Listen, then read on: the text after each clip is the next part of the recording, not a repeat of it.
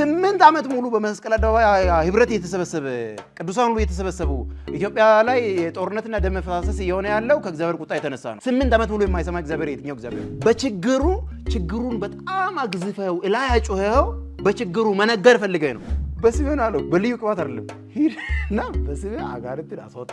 ኤምፓየሮች ከፍ ያሉበት ዝቅ ያሉበት የሆነ ስልጣኔ ላይ የደረሱበት የዝቅ ያሉበት ሁኔታ አለ። መጽሐፍ ቅዱስ መናፍስትን የመለየት ስጦታ ነው ያለህ በሚል ቃል ከገለጸልኝ ለምንድን ነው ቅባት ምናምን ብለህ የምታወፈፍረው? ሳውዲ አረቢያ ከኢትዮጵያ ምን ልዩ ነገር ስላደረገች ነው በዛ ብልጽግና ውስጥ ያለችውና ኢትዮጵያ በዚህ ድህነት ውስጥ ያለችው? ወፍራም ቅባት የሚባል ባይብል ላይ የለም። የዝማሬ ልዩ አኖይንቲንግ ዳይሜንሽን ብለው አያውቁም። የዝማሬ ስጦታ አለኝ ነው የሚሉት። ለምንድን ነው እንደነሱ ሀምብል ማን ነው? ብዙ የዳኑ ቅዱሳን ያሉበትን ከተማ ከእርግማን በታች ነው የከተማ ብዬ እርግማን ሰብርላቸዋለሁ ሲል ምን ማለት ነው? ወፍራም ቅባት የሚባል ለእርግማን ለመስበር የተለቀቀ ወፈር ያለ ነገር አለ በተለያየ አይነት ቦታ። ለምንድን ነው ደም የሚፈስ?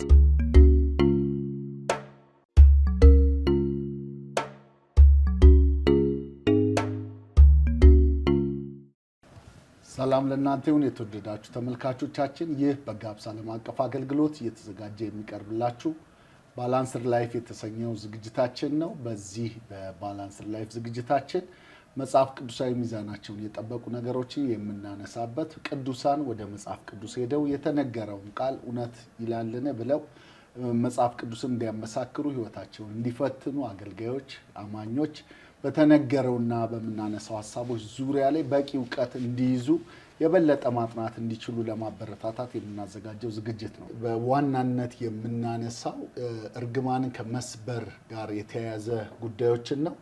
በተለይም ደግሞ በጣም በብዙ ማስታወቂያዎች ላይ የምናየው እርግማን ሰበራ ኮንፈረንስ የሚባል ወይም ከርስ ብሬኪንግ እየተባለ በተለያየ ፖስተሮች ላይ በተለያየ ከተሞች ላይ የሚደረጋልና ከዘር ማንዘር እርግማን ጀምሮ እስከ ከተማ እስከ ሀገር አቀፍ የሆኑ እርግማን ሰበራ የሚል አገልግሎቶችን የያዙ ሰዎች አሉና ዛሬ ከነብይ አዲስ ጋራ የምናነሳው በእርግጥ እርግማን ሰባሪ ቅባት የሚባል ወይም ወፍራም ቅባት የሚባል ነገር ይነሳልና እንዲህ አይነት ጥሪ፣ እንዲህ አይነት አገልግሎት፣ እንዲህ አይነት ጸጋ አለ ወይ? ስፔሻሊ የተሰጣቸው አገልጋዮች በዚህ ዙሪያ ላይ በእርግማን ከመስበር ጋር ብቻ የሚያገለግሉ ጥሪ ያለ ወይ የሚለውን ነገር እናነሳለን። በኋላ ላይ ደግሞ ከመናፍስትን ከመለየት ጸጋ ጋር ተያይዞ በእርግጥ እርግማንን ከመለየት አንጻር ያለ ነገር እንዳለም ወደ በኋላ ላይ እናነሳለን። ነገር ግን አሁን ቀድመን የምናነሳው እርግማን ሰበራ አገልግሎት በጣም የተለመደ ነው በሀገራችን፣ በተለይ በአፍሪካ ሀገሮች ላይ ሌሎችም ነጫጮች ያሉበት ሀገሮች ላይም እናያለን፣ በነጮቹም ዓለም ላይ እና እንዲህ የሚባል ጥሪ አለ ወይ? እርግማን የመስበር ጥሪ ጸጋ አለ ወይ? ከዛ ጋር ተያይዞ ደግሞ ይሄ ወፍራም ቅባት የሚባል ለእርግማን ለመስበር የተለቀቀ ወፈር ያለ ነገር አለ ወይ የሚለውን እስቲ አንሳለን። ነገሮችን እንግዲህ እኛ አሁን ትኩረታችን ከዚህ በፊትም እንደምናደርገው አዲስ መሰረት አንመሰርትም ነው። አዲስ መሰረት አንመሰርትም። መሰረት ኦልሬዲ ተመስርቷል። በሐዋርያቶችና በነቢያቶች መሰረት ላይ ታንጻቸዋል ይላልና ኦልሬዲ በዚህ መጽሐፍ ቅዱስ ላይ ይሄ መጽሐፍ ቅዱስ ተጽፎ ስላለቀ አዲስ መገለጥ አምጥተን እዚህ መጽሐፍ ቅዱስ ውስጥ አንጨምርም። ወይም ደግሞ ራሳችንን ልምምድ አምጥተን ይሄ መጽሐፍ ቅዱስ እንዲደግፍልን አናደርግም። መሰረት ተመስርቷል። እንዴት መሄድ እንዳለብን ተቀምጧል።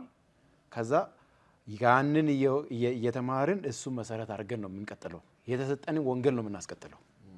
ለዚያው ነገሮችን እኔም ሊሆን ሌላ ሰውም ቢሆን ይሄ ነገር ልምድ እንዴት ነው የሚለውን አይደለም ጉዳዩ። ዋናው ጉዳይ ምንድነው? ይሄንን ሐዋርያቶቹ የበጉ ሐዋርያቶች እነ ጳውሎስ ቅዱሳን ሐዋርያቶች ያስረከቡልን ወንጌል፣ ሌሎችም ከነሱ ቀጥሎ ያሉ አባቶች ያስረከቡልን ወንጌል ባስረከቡልን ይዘት እንዴት ነው የምናስቀጥለው የሚለው ነገርና ከዛ ይዘት ደግሞ ያፈነገጡ ነገሮችን እንደ እግዚአብሔር ቃል እንዴት እናያቸዋለን የሚለው ነው እንግዲህ ያወራን የሚሆነውና እርግማን ሰበራ እንደገና ደግሞ ከቅባቱ ውፍረት የተነሳ ቀንበር ይሰበራል የሚባሉ አሁን ብዙ እንሰማለን። እንግዲህ በዚህ ጊዜ አሁን የትንቢታዊ አገልግሎት አቅጣጫ ላይ ምናምን ልዩ ዳይሜንሽን የሚባል ነገር መጥቷል። ሌላ ቃል ሬልም የሚባል ነገር መጥቷል። የጠለቀ ዳይሜንሽን፣ የጠለቀ ሬልም፣ ሌቭል ምናምን አሉ። አሁን ብዙ ቃላቶች ተፈብርከዋል እና እነዚህ ሁሉ ነገሮች ከምን እንደምንጀምረው ወንጌል ግቡ ማንም ማግዘፍ ነው። ግቡ የተጻፈውን እግዚአብሔር ቃልና የልጁን የኢየሱስ ክርስቶስን ስም ማግዘፍ ነው ወይስ ለአገልጋዮች ልምምድ ሰጥቶ ያ ልምምድ በወንጌል ፈንታ ተተክቶ እንዲገስፍ ነው የተፈለገው? እዚያ አሁን የመጀመሪያ የምናነሳው ነገር እርግማን በተለይ ከእግዚአብሔር ከሆነ አንተ ከየት መጥተህ ነው የምትሰብረው ነው። አንዱ እሱ ነው። ሁለተኛው ነገር የወንጌል ተልእኮ ከሆነ ተልእኮው ጌታ ኢየሱስ ክርስቶስ ተልእኮውን ስልክ በኢየሱስ ክርስቶስ ንግግር ውስጥ ሂዱ፣ ወደ ዓለም ዳርቻ ሁሉ ሂዱ፣ እርግማንን ስበሩ ብሎ ነው ወይ የላከው? እንግዲህ ከኢየሱስ ክርስቶስ ተልእኮ ነው የምንጀምረው። ደቀ መዛሙርቶቹን ሲልክ ወደ ዓለም ዳርቻ ሂዱ፣ ወንጌልን ለፍጥረት ሁሉ ስበኩ፣ ከዛ እርግማን ስበሩ ነው ወይ ያለው? አንድ እንግዲህ ይህን ጥያቄ ነው የምናነሳው። ሁለተኛ ነገር የወንጌል ተልእኮን ከሱ የተቀበሉት 12ቱ የበጉ ሐዋርያቶች በወንጌል ጉዞ ሲንቀሳቀሱ እናንተ በእርግማን ውስጥ ያላችሁ ሕዝብ ወፍራም ቅባት መጥቷልና ኑና ቀንበር ይሰበርላችሁ እያሉ ነው ወይ የሄዱት? ወይስ የጌታ ኢየሱስ ክርስቶስ ሞትና ትንሣኤን ነው በታላቅ ኃይል የሰበኩት? ሐዋርያት ሥራ ላይ የጌታ ኢየሱስ ሐዋርያትም የጌታ ኢየሱስ ክርስቶስን ሞትና ትንሣኤ በታላቅ ኃይል ይሰብኩ ነበረ፣ ታላቅም ጸጋ ነበረባቸው ይላል። ከዛ በእጃቸውም ድንቅና ታምራት ይሆኑ ነበር ይላል። ስብከታቸው የነበረው የሆኑ እርግማን ውስጥ ያላችሁ ምናምን ጉዳይ ሳይሆን የኢየሱስ ክርስቶስ ከሞት መካከል በኩር ሆኖ ተነስቷል። በቀራንዮ መስቀል ላይ የኃጢአት ዕዳ ዋጋ ተከፍሎላችኋል። ጌታ ኢየሱስ ክርስቶስ ስለ እናንተ ሞቷል፣ ከሙታን ተነስቷል። ሞት ድል ተነስቷል፣ ኃጢአት ድል ተነስቷል፣ ሰይጣን ተሸንፏል የሚል አርነትን የያዘ ነው እና የኢየሱስ ክርስቶስን ታላቅነት ማወጅ ነው። ይሄ ሚሽን ነው ይዘው ሄዱት። አሁን እንግዲህ እነዚህ የበጉ ሐዋርያቶች እንደዚህ እየሰበኩ ምዕራፍ 9 አካባቢ ማን ጋር እንደርሳለን? የሐዋርያ ጳውሎስ መዳን ጋር እንደርሳለን ማለት ነው። ከዛ ቀጥሎ እንግዲህ ሐዋርያ ጳውሎስ ደግሞ ቀጠለ ወንጌሉን። እነሱም በዛው አይሁድን እያገለገሉ ነው። እሱም ደግሞ ወደ አይዛብ ተልእኮውን ይዞ መጣ። እንግዲህ በዋናነት አሁን የአይዛብ ሐዋርያ ሆኜ ተሹም ያለው ጳውሎስ አሁን እንግዲህ ከእስራኤል ጂኦግራፊ ውጪ ያለን እኛ የአይዛብ ህዝብ ነን። የአይዛብ ወንጌል ነው የተሰበከልን የመጣው። ህግ ያለን ህዝብ አይደለንም። በህሊና ህግ የምንመራ የነበርን ህዝብ ነን። ስለዚህ ስፔሻሊ እንግዲህ አሁን ያለውን ነገር ለመተርጎም ከነሱ ነው የምንነሳው። የነሱን መሰረት ነው የምናየው። ስለዚህ ወደ አይዛብ ከተሞች ጳውሎስ በአንደኛ ጉዞ በሁለተኛ ጉዞ እያለ ሲሄድ ወደ አይዛብ ከተሞች ሲገባ ግሪኮቹን ሲያገኝ ወፍራም ቅባት ይዤ መጥቻለሁ፣ ቀንበር ስር ናችሁ ያላችሁት፣ ቀንበራችሁ ኑ ይሰበርላችሁ። ድህነት ቀንበር ነው፣ በሽታ ቀንበር ነው፣ ማጣት ቀንበር ነው፣ ጉስቁልና ቀንበር ነው እያለ ነው ወይ የሄደው? እንደዚህ አይነት ሪካርድ እናያለን ወይ የመጽሐፍ ቅዱስ ላይ? በሐዋርያ ጳውሎስ የወንጌል ጉዞ ውስጥ በተለይ ደግሞ የአይዛብ ሐዋርያ ሆኖ በመንቀሳቀሱ በወንጌል ጉዞ ውስጥ እንደዚህ አይነት ቋንቋ ከሌለ ይሄ ቋንቋ በምን ምክንያት ነው አሁን የመጣው የሚለው ጥያቄ ጋር እንመጣለን ማለት ነው። ሌላውስ ከወንጌል ጉዞ ባለፈ ከሐዋርያ ሥራ መልእክት ወጥተን ወደ ጳውሎስ መልእክቶች እንሄዳለን። ደግሞ ወደ ጳውሎስ መልእክቶች፣ ወደ ሌሎች ሐዋርያቶች የነ ጴጥሮስ መልእክት፣ የዮሐንስ መልእክት፣ የነ ያዕቆብ መልእክት፣ የነ ይሁዳ መልእክት ላይ እንሄዳለን። በመልእክቶቻቸው ውስጥ ቀንበር ሰበራ፣ ርግማን ሰበራ የሚባል ነገር አለ ወይ? በመልእክቶቻቸው ውስጥ ይህንን ቃላቶችን እየተጠቀሙ ነው ወይ? በብዛት አብዛኛው አገልግሎታቸው በእነዚህ ቃላቶች የተሸፈነ ነበር ወይ የሚለውን ጥያቄ ነው የምናነሳው። ስለዚህ በእነዚህ ቃላቶች የተሸፈነ ካልሆነ የለም ደግሞ መጽሐፍ ቅዱስ ላይ ከሌለ እነሱ አንደኛ ጌታ ኢየሱስ ክርስቶስ ትእዛዝ የሰጠበት ቃላቶች አሉ። እነሱን ቃላቶች መጠቀም እነዚህ ቃላቶች ገላጭ ሳይሆኑ ቀርተው አቅም አጥተው በእነሱ ምትክ ቃላቶች መፈብረክ ለምንድን ነው ያስፈልገው? ሐዋርያቶቹ ደግሞ የተጠቀሙት ወንጌል ለመስበክ የተጠቀማቸው ቃላቶች ገላጭ የመሆን ይዘት የሌላቸው እስከሚመስል ድረስ እነሱን ወደ ጎን ገፍቶ ተተኪ ቃላቶችን ማምጣትና የወንጌል እንቅስቃሴ ውስጥ መጨመሩ ለምንድን ነው ያስፈልገው? እንግዲህ በዚህ አጋጣሚ ከተልእኮ አንጻር ጌታ ኢየሱስ ምን አለ የሚለው መጀመሪያ ብናይ አሪፍ ይመስለኛል። ጌታ ኢየሱስ ክርስቶስ አንድ ቦታ ላንብብ ከእግዚአብሔር ቃል ማቴዎስ ወንጌል ምዕራፍ 10 ላይ ተልእኮ ሲሰጥ ማለት ነው። ሄዳችሁም መንግስተ ሰማያት ቀርባለች ብላችሁ ስበኩ፣ ከዛስ ድውዮችን ፈውሱ፣ ሙታንን አስነሱ፣ ለምጻሞችን አንጹ፣ አጋንንትን አውጡ፣ በከንቱ ተቀበላችሁ በከንቱ ስጡ። ጌታ ኢየሱስ ክርስቶስ ሄዱ የእግዚአብሔር መንግስት ቀርባለች ብላችሁ ስበኩ። እዚህ ጋር ምናልባት አንድ ነገር ክሊር አድርጌ ባልፍ ጥሩ ነው። ምክንያቱም አሁን ከቴዎሎጂካል ቪው ጋር በተያያዘ ብዙ አተረጓጎሞች ስላሉ አንዳንዱ አሁን በዚህ ሰዓት ላይ እኛ የመንግስቱ ወንጌል የሚሰበክበት ሳይሆን የእምነትና የጸጋ ወንጌል ዘመን ነው የሚሉ አሉ። ቤተክርስቲያን ከተነጠቀች በኋላ ነው የመንግስቱ ወንጌል ነው የሚሰበከው። ከዛ በፊት ደግሞ በክርስቶስ ዘመን ተሰብኳል። እንደዚህ አይነት ዲቪዥኖች አሉ። በጸጋ በመንግስቱ ወንጌል ቋንቋ የምንሄድ በጸጋና በእምነት ወንጌል ቋንቋ የምንሄድ በሁለቱም መጽሐፍ ቅዱስ ላይ ስላሉ በሁለቱም ብንሄድ ወይም ደግሞ ለምሳሌ ሐዋርያቶቹ የሰበኩት የጸጋ ወንጌልና የእምነት ወንጌል ነው ወይም ደግሞ የቤተ ክርስቲያን ዘመን ስለሆነ ያንን ነው ካሉ በዛ ውስጥም ቢሆን እርግማን ስበሩ፣ እርግማን ለመስበር እየሄድን ነው ያሉበት አካሄድ አለ ወይ? ወፍራም ቅባት እርግማን ለመስበር ወፍራም ቅባት ላይ ያለ በሆነ ዳይሜንሽን ያሉበት አካሄድ አለ ወይ? የለም። በመንግስቱ ወንጌል ቋንቋም ደግሞ እዚህ ጋርም ደግሞ ስንመጣ ኢየሱስ ምን ብሎ ነው ያዘዘው? እንደዚህ አለ፣ ድውዮችን ፈውሱ፣ ሙታንን አስነሱ፣ ለምጻሞችን አንጹ፣ አጋንንቶችን አስወጡ፣ በከንቱ ተቀበላችሁ። ጌታ ኢየሱስ እነዚህን ቃላቶች ሲጠቀም እርግማን ስለሚባለው ቃል መጽሐፍ ቅዱስ ላይ በሱ ዘመን እርግማን የሚባል ቃል ማለት ነው ስለማያውቅ ነው ወይ? እሱ ወስዶ የተረተረው የኢሳይያስ መጽሐፍ ላይ ስለ እርግማን አያወራም ወይ? የሙሴ መጽሐፍ ላይ ሙሴ በሕግ ነቢያቶችም ስለ እኔ ነው የጻፉት፣ እናንተ በመጽሐፍት የዘላለም ሕይወት ያላችሁ መጽሐፍቶቹ ስለ እኔ ያወራሉ እያለ ስለ መጽሐፍት ጌታ ኢየሱስ ክርስቶስ እንደ ፍጹም ሰውም እንደ ፍጹም አምላክም ማለት ነው አውርቷል ስለ መጽሐፍት። ታዲያ መጽሐፍቶች ውስጥ እሱ በሰጠው መጽሐፍ ላይ ለዛው እንደ አምላክ ከሱ ነው መጽሐፍ መጣው። እሱ በሰጠው መጽሐፍ ላይ እርግማን የሚባል ቃል ማለት ነው ሳያቀርቶ ነው ወይ? እርግማን ሰበራ የሚባል እርግማን ብሎ ከዛ ሰበራ የሚል ለመጨመር ማለት ነው ጌታ ኢየሱስ ክርስቶስ ያ ቃል ስለሌለ ነው ወይ? ጌታ ኢየሱስ ክርስቶስ ኢንቴንሽናሊ በዚህ ቃል መሰረት ሂዱ ካለ የሱን ቃል ነው የምንጠብቀው። የሱን ቃል በሌላ ቃል እየተካን አይደለም ስራ የምንሰራው። የጌታ ባሪያ የጌታውን ትእዛዝ ቃል በቃል ለመፈጸም ነው ሰሚት የሚያደርገው። ምክንያቱም ከደቀ መዛሙርቶች የአገልግሎት ጉዞ ውስጥ ይሄን ነው የምናየው፣ ይሄን ልምምድ ነው የምናየው። የጌታ ኢየሱስ ክርስቶስን ንግግሮች፣ አዋጆች፣ ትእዛዛቶችን ቃል በቃል በመፈጸም ነው የሄዱት። የራሳቸውን ቃል የራሳቸውን ፍልስፍና ነገሮች ላይ ለመጨመር አይደለም።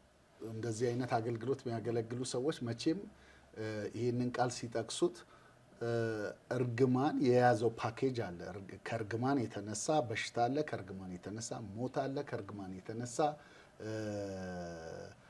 እዛ ክፍል ላይ የተጠቀሱት ነገሮች የእርግማን ውጤት ናቸው። ስለዚህ እርግማን መስበር ማለት ይህንንም ተልእኮ መፈጸም ነው ብለው አጋንንት ከእርግማን የተነሳ ነው ሰዎች ላይ የሚሰለጥኑ ሊሉ ይችላሉ። እና እሱንስ እንደነዚህ አይነቶች ጋር ምናልባት ፓስተር ነገሮችን በቅንነት ማቅናት ያለብን አንድ አንግል እንዳለ አያለው እኔ። እሱ ምንድነው ፐርሰናሊንም አሁን ለምሳሌ መናፍስት መለየት፣ አጋንንት ማስወጣት ላይ እንቀሳቀሳለሁ። ያው ስጦታው ከእግዚአብሔር ስለሆነ በነፃ የምሰጠው ስለሆነ ከሆኑ ዘመናቶች በፊት ይሄ አጋንንትን ማስወጣት፣ በሽተኞችን መፈወስ፣ ሙታንን ማስነሳትም ከሆነ ለምጻሞችን ማንጻት ከሆነ ይህንን አገልግሎትን መስጠት የሆነ ሰዓት ላይ በሆነች አይነት ሙቭመንት ምክንያት እርግማን ሰበራ አገልግሎት የሚል ስም ተሰጠው። አሁን ስም ተሰጠው ነው አሁን ጉዳዩ።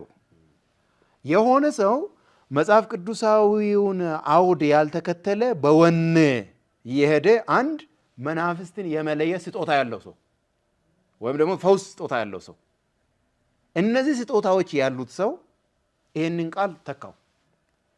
ከዛ አሁን ችግሩ ምንድን ነው? ሮንግ ሮል ሞዴል ተፈጠረ ማለት። አሁን ይሄንን ለማስረዳት ምናልባት ለኛ በተለይ በኢትዮጵያና በኤርትራውያን ኮንቴክስት የሚቀለው አጋንንትን 3 ጊዜ ጮኸ ውጣ የሚባለው ልምምድ ማለት ነው። አንዳንዱ 7 ጊዜ ጮኸ ውጣ። ይሄንን የሆነ ሰዓት ላይ የሆነ አገልጋይ ነው ጀመረው። የሆነ አገልጋይ ጀመረ። ከዛ ከዛ በኋላ መናፍስትን የመለየ ስጦታ ያለው ሰው በሙሉ እንደገናም ደግሞ በኢየሱስ ክርስቶስ ስም ስልጣን አምኖ በስሙ ስልጣን አጋንንት የሚያወጣ አማኝ ሁሉ ቅኝቱን ከማን አንጻር አደረገ? 3 ጊዜ ጩሁና ውጣ የሚለው ልምምድ ካስተዋወቀው አገልጋይ አንጻር አደረገ። ይሄ የመውጣቱንም ምልክት 3 ጊዜ መጮህ መንፈስ ብቸኛ ምልክት አደረጉት። ላይ ደግሞ ዲዘርኒንግ ስፒሪት የሌለው ሰው መልቀቁን ስለማያውቅ 3 ታዞ ከጮኸ ወጥቷል ብሎ ያምናል። ለምን አዘዝው ነበር 3 ይላል። ባይወጣም 3 ካለ በቂ ነው። አሁን ምንድነው እብን የአገልግሎቱን እውነተኛነትን በመጮህ እንደውም ደግሞ የአገልጋዩ መናፍስት የመለየት ስጦታ አለው የለውም የሚለው ራሱ አይሱ እኮ አጋንንት ያንጫጫል የሚል ያወራል። አጋንንቱ ያናዘዋል ደህና አድርጎ በሚለው ነገር ማጀብ ሆነ ማለት ነው። አሁን ይሄ የመጣበት ምክንያት የሆነ ሮንግ ሞዴል የሆነ ሳላይ ሮል ሞዴል የሚሆን ሰው ምሳሌ የሚሆን የተሳሳተ ምሳሌ አገላለጾችን የተሳሳተ ልምምድን ያጀበ አገልግሎቱ እኮ እውነተኛ ሊሆን ይችላል። አጋንንትን የማስወጣት ስጦታ ይሄ የመናፍስት የመለየት ስጦታ እኮ አብሮት ሊኖር ይችላል። ሰውየው ላይ እውነተኛ ስጦታ ሊኖረው ሊሆን ይችላል። ግን ስጦታውን ያጀበበት ቋንቋ ስጦታውን ያስተዋወቀበት መንገድ ወንጌል ለሕዝቡ እንዲደርስ ያደረገበት መንገድ ግን ከቃሉ ትንሽ ፈቀቅ ያለ ሆነ ማለት ነው። ከዛ አሁን ከሱ በኋላ የሚነሳ ወጣት አገልጋይ በሙሉ አሁን ወጣት ውስጥ ምን አምቢሽን አለ እንግዲህ ራስም አሁን ጎልማሳውኝ አይደለም እርግጥ ግን ያው ተማሪ ያለ በተለይ ሃይ ስኩል ላይ ዩኒቨርሲቲ ላይ ስትሆን ምናምን ዝነኛ የሆነ አገልጋይ የጻፈው መጽሐፍ ማንበብ ያጓጓሃል ምናምን። አሁን አብዛኛው በዩኒቨርሲቲ ውስጥ ያለፈ ወጣት በተለይ ማንበብ ውስጥ የተንቀሳቀሰ የእምነት እንቅስቃሴ መጽሐፎችን አንብቧል። ባይ ዲፎልት አንብቤያለሁ። እኔም ሌሎችም የሚያነበቡ ይኖራሉ። ለምን ሚዲያው ላይ ገኖ የወጣውን ነው ፒክ የምታደርገው እንደ ሮል ሞዴል። ከዛ አንጻር ትቃኛለህ። መሀል ላይ ደርሶ ይሄ ነገር እኮ ሙሉ የወንጌል ፓኬጅ አልያዘም፣ እነዚህ መጽሐፎች እኮ የሚቀራቸው ነገር አለ ብሎ የሚያርም ሰው መሀል ላይ እስኪመጣ ድረስ እንደዛ አይነት እድል ካላገኘስ በዛው ትሄዳለህ። አሁን እንደዛ ነው ነገሩ። እየሄደ እንደ ትልቅ ሐቀኛ አገልግሎት የተሳለ ሄደው ምናልባት ይህንን ፓስተር ስናወራ በምንም እርግማን ሰበራ የሚባል ምንም የሚባል በምንም መንገድ ዋናው እኮ አጋንንት መውጣቱ ነው፣ ዋናው እኮ ስራ መሰራቱ ነው የሚል አይጠፋም። ይህንን ስንል ጉዳዩ ዋናው ስራ መሰራቱ ነው እያል መጽሐፍ ቅዱስ ላይ ከተጻፉ የመጽሐፍ ቅዱስ ቋንቋ እየሸሸንና ሌላ ቋንቋዎችን እየተለማመድን የልምምድ ቋንቋዎችን በመጽሐፍ ቅዱስ ቋንቋ እየተካን ስንሄድ መጨረሻ ላይ የት ነው የምንደርሰው ነው። በየዋህነት ወደዚህ አይነት የቋንቋ አጠቃቀምና ልምምድ ውስጥ የገቡ ሰዎች አሉ። ሆን ብለው አይደለም፣ ሆን ብለው ወንጌልን በርዝ ብለው አይደለም። ግን ምንድነው የሆነ ሮንግ ሞዴል ከፊት ለፊታቸው ስላለ ያንም ፈለግ በመከተል ነው። ልክ አጋንንትን 3 ጊዜ ማስወጣት ከሆነ ሰውዬ ኮፒ እንዳደረጉት 7 ጊዜ ጩህ ማለት ከሰውዬ ኮፒ እንዳደረጉት። አሁን ለምሳሌ እንትን አለ አፍሪካ ላይ አንድ አገልጋይ ነበር የሆነ ሰዓት ላይ በሽተኛ ለመፈወስ እጁን እንዲህ ያደርጋል። አሁን ምናልባት በቃ አሁን ፈውሱ ከእግዚአብሔር ይሁን ከምን ዘጉዳይ ጋር አይደለም አሁን እየሄድኩ ያለሁት። ግን ያ እንዲህ ማለቱ ብቸኛ የእግዚአብሔር የፈውስ ኃይልን የመግለጫ መንገድ ተደርጎ ተወስዷል ብዙዎች ጋር። ስለዚህ አሁን በእጄ የሆነ ኃይል የተገለጠ ነው ለማለት እንዲህ ይባላል ማለት ነው። በቃ እንደዚህ አይነት ነገሮች ከፊት ለፊት ከሆነ ሰው ኮፒ የማድረግ ቴንደንሲ አለ። አንዳንዱ በቅንነት ነው በጉጉት ነው ያንን የሚያደርገው። ግን ይሄ ቅንነትና ጉጉት እግዚአብሔር ቃል ምን ይላል? ፍቅራችሁም በእውቀትና በማስተዋል እያደገ እንዲሄድ። አሁን ጳውሎስ የቆላስያና የተሰሎንቄ ምዕመናኖችን ያላቸው ቅናት ያላቸው ጉጉት እነዚህ ነገሮች በእውቀት እንዲቃኝ እያደረገ ደብዳቤ ጽፏል። ስለዚህ አንድ ነገሮችን መቅናቱ ብቻ ሳይሆን እምቀናው እንደ እግዚአብሔር ቃል ነው ወይ መቅናቱ የእግዚአብሔርን ትእዛዝ በአግባቡ የእግዚአብሔርን ቋንቋ በአግባቡ በመጠቀም ላይ የተመሰረተ ነው ወይ ብሎ ሰው ቆም ብሎ ራሱን ላይ ይገባል። ለምንድን ነው ልምምዶች ሁሉ የራሳችንን ቋንቋ እየሰጠን ስንሄድ የዛሬ 10 ዓመት የዛሬ 20 ዓመት የዛሬ 30 ዓመት እነዚህ ነገሮች ፈጽሞ ከመጽሐፍ ቅዱስ የራቀ ሌላ አምልኮ ባዕድ ቋንቋ ይመጣል ማለት ነው። እየተዋስን በሄድን ልክ ለዚህ ነው አሁን መመለስ አለብን። አንደኛው ይሄ ነው። አሁን ይሄ በየዋህነት የገቡበትን ሰዎች ነው። በየዋህነትን ወይም ደግሞ ሮንግ ምሳሌ ከመውሰድ የተነሳ የገቡበት ሰዎች እንዳሉ ሁሉ በወንጌል ለመነገድ ብለው ሆም ብለው ሆን ብለው የመጽሐፍ ቅዱስን ቃል ላለመጠቀም ሌላ ቃል ተጠቀመዋል። አሁን እነሱን በደም ትኩረት ተደርጎ መታየት አለበት። ጌታ ኢየሱስ ክርስቶስ እዚህ ጋር ሲያዝ ሄዱ፣ ድውያኖችን ፈውሱ፣ ሙታንን አንሱ፣ ለምጻሞችን አንጹ፣ አጋንንትን በቃ ምንም አይነት አለቃ መንፈስ እንትን ምንም ይሁን ሰውየው የሆነ ተጽዕኖ ውስጥ ነው ያለው። ወንጌል ሲሰብክ መንገድ ላይ ገጥሞ ከሆነ አጋንንት ነው የሚባለው ውስጥ ያለው የሰይጣን አይነት በሙሉ ተሰብስቦ አጋንንት ነው የሚባለውና አስወጣ ነው። እንትን ነው ሰባብሮ ምናምን ይባል አይደለም ያለው ጌታ ኢየሱስ ክርስቶስ በቀላል ቋንቋ አጋንንት ነው የሚባለውና አስወጣ ካለ ለምንድን ነው ማጮህ የፈለከው? ቀንበር ብለህ ለማጮህ ለምንድን ነው የፈለከው? እርግማን ብለህ ማጮህ ለምን ፈለክ? ጌታ ኢየሱስ ክርስቶስ በቀላል ቋንቋ አጋንንት ሰውዬው ያለበት ተጽዕኖ የአጋንንት ተጽዕኖ ነው አስወጣ አለ። በቃ ወንድሜ ወይም እህቴ በቃ መንገድ ላይ ገጠመኝ ሰው አጋንንት ነው ያለበት በኢየሱስም ውጣ ብለህ ወይም ደግሞ በአጋንንት ስርዓት ውስጥ ያሉትን በልጁ በኢየሱስ ክርስቶስ ስልጣን ነፃ ይወጣሉ። ወንጌል ለፍጥረት ይሰበካል። ኑና የጌታ ወንጌል ተካፈሉ ብለህ በስምብል ልክ በ80ዎቹ በ90ዎቹ ውስጥ ወደ ታች ማለት ነው አብዛኛው የወንጌል አማኞች በሚያደርጉበት የወንጌል የምስራች ኮንፈረንስ አይነት መሰረት በዛ አይነት ቋንቋ ማለት ነው ነገሮችን ማስከድ ለምንድን ነው የከበደህ? እና ጉዳዩን በዛ ፈንታ አወሳስበው እርግማን፣ ትብታብ፣ አሰራር ምናምን ነገር ብለህ በጣም የሚያስፈሩ የሚጨንቁ ቃላቶች መጠቀም ለምን አስፈልገ?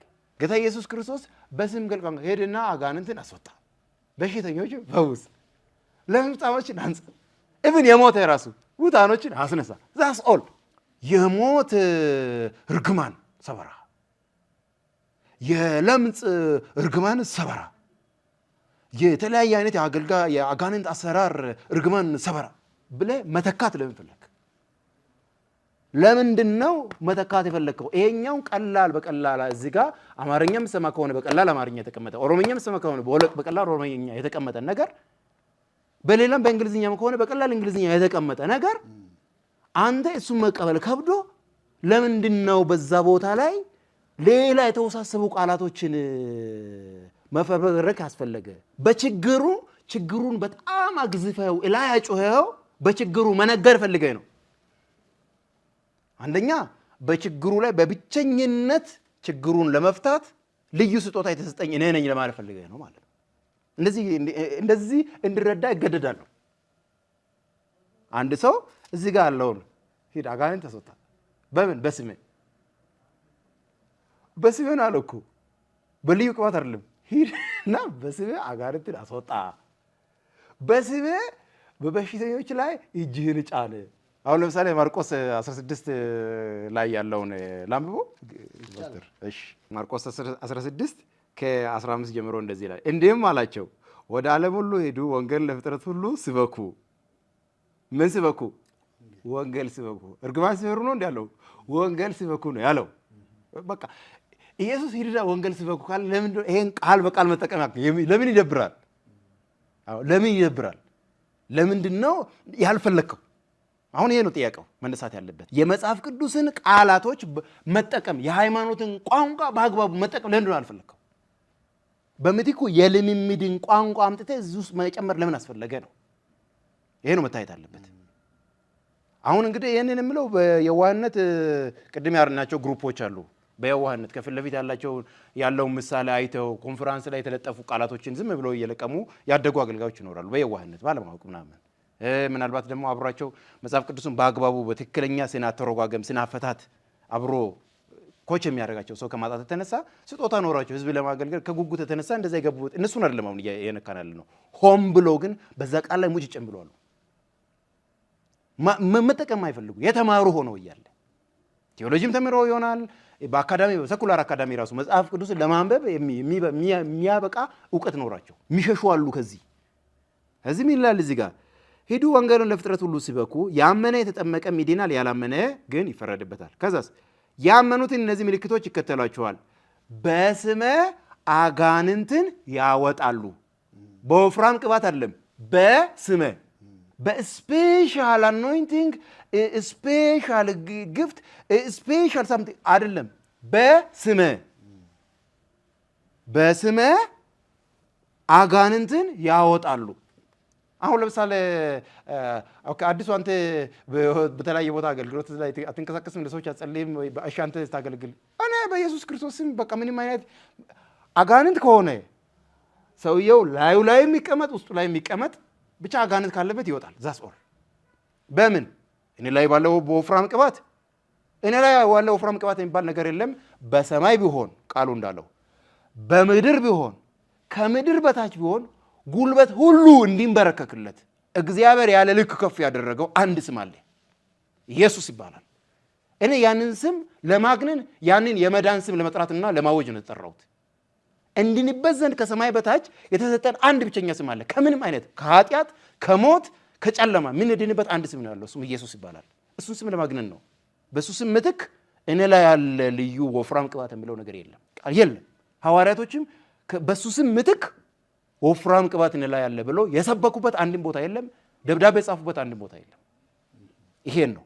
ስለዚህ ነገሮችን ወስደን ሐዋርያቶች ካስቀመጡት መሰረት ጋር ይገጥማል ወይ የሚለው ጋር ነው የምንሄደው። ካልገጠመ ሁሉም ይፈርሳል። ካልገጠመ ይፈርሳል። የነም ይሁን የማናችንም ልምምድ ይፈርሳል። ይሄ ነው። ስለዚህ እዚህ ጋር እንየው። በስሜ አጋንንትን ያወጣሉ፣ በአዲስ ቋንቋ ይናገራሉ፣ እባቦችን ይይዛሉ፣ የሚገድል ነገር ቢጠጡም አይጎዳቸውም፣ እጃቸውን በድውያን ላይ ይጭናሉ፣ እነርሱም ይድናሉ። ይሄ ሁሉ በማን ስም? በኢየሱስ ክርስቶስ ስም። በወፍራም ቅባት ስም አይደለም። በልዩ ፕሮፌቲክ አኖይንቲንግ ስም አይደለም። በልዩ አፖስቶሊክ ማንትል ስም አይደለም። በኢየሱስ ክርስቶስ ስም፣ በልዩ ሐዋርያዊ መጎናጸፊያ ስም፣ በልዩ የነቢያት ጸጋ መጎናጸፊያ ስም ከሆነ ከሀገር ውጭ ባለ በአባቴ መጎናጸፊያ ምናምን ስም፣ በመንፈሳዊ አባቴ ጥላ ምናምን ስም ምናምን የሚባል ነገር የለም። አንድ ስም ነው ያለው።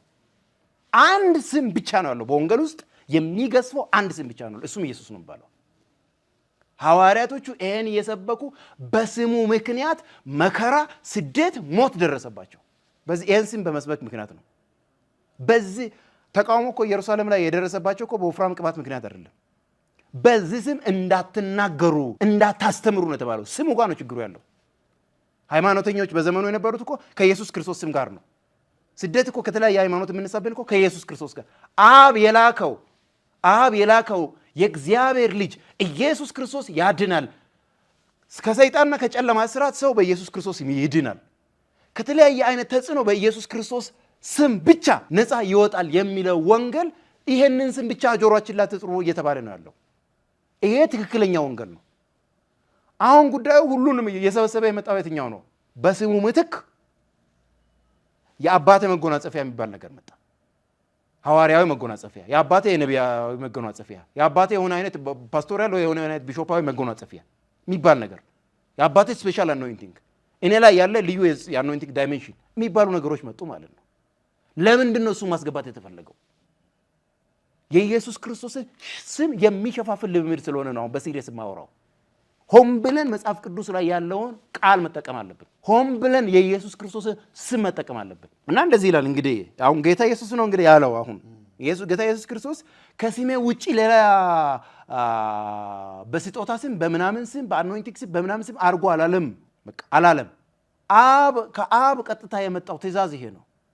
አብ ያለ ልክ ከፍ ከፍ ያደረገው ስም በሰማይ ቢሆን በምድር ከምድር በታች ጉልበት ሁሉ እንዲንበረከክለት እውቅና የተሰጠው ስም የከበረ ስም ኢየሱስ ነው። አለቀ። ስለዚህ በኢየሱስ ክርስቶስ ስም ምትክ ድንቅና ተአምራትን ያደርጋል ብለን ለሕዝቡ የምናስታውቀው አኖይንቲንግ የሚባል ተደርቦ የሚመጣ ነገር አንቀበልም ነው። ለምን? ስሙ አልበቃም ማለት ስሙ ለምንድን አልበቃው? አሁን ጉባኤ ውስጥ ቆሜ ለሕዝቡ እኔም እናንተም የዳንበት አንድ ስም አለ። በዚህ ስም ፈውስ ይካሄዳል። በዚህ ስም ሰው ከአጋንንት ነፃ ይወጣል። በዚህ ስም ያልዳነ ከጨለማ ስርዓት ነፃ ወጥቶ በኢየሱስ አምኖ ይድናል፣ የዘላለም ሕይወት ያገኛል። በዚህ ስም ሙታን እንኳን ይነሳሉ። ይሄ ስም እኔ ጋም አለ፣ እናንተ ጋም አለ። ስለዚህ እናንተም በቤታችሁ በሰፈራችሁ በዚህ ስም እየሰበካችሁ የእግዚአብሔር መንግስት ማስፋት ትችላላችሁ ብዬ ሲምፕል የሆነ ወንጌልን ማለት ነው በሁሉም የሚሰራን ኢየሱስ ክርስቶስን ለህዝቡ ማስተዋወቅ ማስተማር ሲገባኝ ለምንድን ነው ሁሉን ነገር በአኖይንቲንግ ሰበብ አድርገ ጠቅልዬ ራስ ላይ መከመሪያ የተፈለገው? እዚህ ጋር እንግዲህ በኢየሱስ ክርስቶስ በስሜ አጋንንትን አስወጡ ብሏል። በስሜ በድውያን ላይ እጃቸውን ጫኑ ይፈወሳሉ ብሏል። ኢቭን ምናልባት በኢየሱስ ክርስቶስ ስም በማመኑ ሂደት ውስጥ አምኖ በመጓዝ ሂደት ውስጥ ሳያውቁት እንኳን መርዝ የሚጠጡበት አጋጣሚ አሁንም ብሎ እግዚአብሔር ለመፈታተን ጉዳይ ሳይሆን ሳያውቁት መርዝ የሚጠጡበት አጋጣሚ እንኳን ቢፈጠር አይገላቸውም የሚል ዋስትና ተሰጥቷል። ቃለቀ። እዚህ ወንጌል ስለሚሰብኩ ምናልባት በአጋጣሚ ራሱ የሆነ ሰው ለተንኮል መርዝ የሚሰጣቸው እግዚአብሔር አምላክ በቃ ያወቅም ሳታቅም ያድናል። ስሙ ኃይል ስላለው ይሄ ነው። ይሄ ሁሉ የተጠቃለለው በስሙ ኃይል ውስጥ ነው። ጌታ ይህም ብሏቸው ጌታ ኢየሱስ ከነሱ ጋር ከተናገረ በኋላ ወደ ሰማይ ያረገ፣ በእግዚአብሔርም ቀኝ ተቀመጠ። እነርሱም ወጥተው በየስፍራው ሁሉ ሰበኩ። ጌታም ከእነርሱ ጋር ይሰራ ነበረ፣ በሚከተሉት ምልክቶች ቃሉን ያጸና ነበረ። በሚከተሉ ምልክቶች ቃሉን ያጸናውና ከነሱ ጋር የሰራው የሆነ አኖይንቲንግ የሚባል ኢንቪዚብል ነገር ነው ወይስ ጌታ ነው? ጌታ አልባት ግን አኖይንቲንግ ነው ጌታ ነው ብለህ ስታስቀምጥ በዛኛው ኮንቴክስት ወይም እነሱ በሚሉት ሐሳብ ያለውን ነገር ለማስረዳት እንጂ አኖይንቲንግ የሚለው ወይም ሆሊ ስፒሪትን ለመንካት የሚል ሐሳብ አይደለም ይመስለኛል። አዎ ለምሳሌ አሁን ምናልባት በቅንነት በተመሳሳይ አቻ ቃላቶችን ሰዎች ሊጠቀሙ ይችላሉ። አሁን እንዴት ነው በነገራችን ላይ ምንፍቅና ወይም ደግሞ የተሳሳተ ልምምድ ይመጣና መጽሐፍ ቅዱስ ጋር ይመጣና ትንሽ ዞር ያደርጋል። አሁን ለምሳሌ አሪዮስ ይመጣና ልክ ጌታ ኢየሱስ ክርስቶስን ይቀበላል እኮ ጌታ ነው ይላል። ከዛ አምላክ አይደለም ይላል። በቃ ፈጽሞ አይ ጌታ ኢየሱስ ክርስቶስ አምላክም አይደለም ፍጹም ሰውም ፍጹም አምላክ ምናምን ወይ ደግሞ ኢየሱስ የሚባል ፈጽሞ አልተከሰተም አይደለም እኮ ጉዳዩ። አምናለሁ ይልና የሆነች ቦታ ይታጠፋል። አሁን ልጅ ሰሶች የሚመጡና በኢየሱስ ክርስቶስ አዳኝነት እኮ እናምናለን ይሉና ከዛ የሥላሴን እውነት መቀበል ጋር ደግሞ ይጥፍላሉ። አሁንም አኖይንቲንግ የምትለው ጉዳይ አሁን ለምሳሌ መንፈስ ቅዱስን ልክ ሐዋርያው ዮሐንስ በእናንተ ውስጥ ያለው ቅባት ያስተምራችኋል እንዳለው ስለሱ መንፈስ ቅዱስ ከሆነ ምናወራው ጌታ ኢየሱስ ክርስቶስ እሱ መንፈስ ቅዱስ ስመጣ ምን ያደርጋል ነው ያለው። ስለኔ እናንተም ትመሰክራላችሁ እሱም ስለኔ ይመሰክራል ነው ያለው። ስለዚህ ኢየሱስን ነው የሚያገነው መንፈስ ቅዱስ። አንተ ኢየሱስን እንድታገን ይረዳሃል፣ ያስተምርሃል፣ የኢየሱስን ትምህርቶችን ያስታውስሃል። ኢየሱስ እንዲህ ኢየሱስ የአብ ልጅ ኢየሱስ እያልክ እንድታወራ ያደርግሃል። በምትኩ ሌላ አኖይንቲንግ ዳይሜንሽን ረልም ሌቭል እንድትል አያደርግህም። እያወራን ያለ ነው ሐዋርያው ዮሐንስ ስላወራው ቅባት አይነት ከሆነ በውስጣችሁ አለና ያስተምራችኋል ያለ ያስተምሮ ኢየሱስን ወደ ማግነን ነው አንተን የሚመራ ልምምድን ወደ ማግነን አይደለም። የልምምድ ጥልቀትን ስለማውራት አይደለም። ከህዝቡ በጣም ርቀህ ተነጥለ ከእግዚአብሔር ዓለም የሆነ አይነት ልዩ መነካካት ውስጥ እንዳለ አይነት ነገር ማውራትን አይደለም አንተን የሚያስተምር። ለህዝብ ሁሉ የሆነ ለአይዛብም ለአይሁድም ለሰው የቀረበ የሰውን ስጋ የለበሰ ለሰው ልጅ የቀረበ ከሰው ጋር የበላ የናዝሬቱ ኢየሱስ ክርስቶስ ጌታ ነው ብለህ እንድታወራ ነው የሚያደርገው።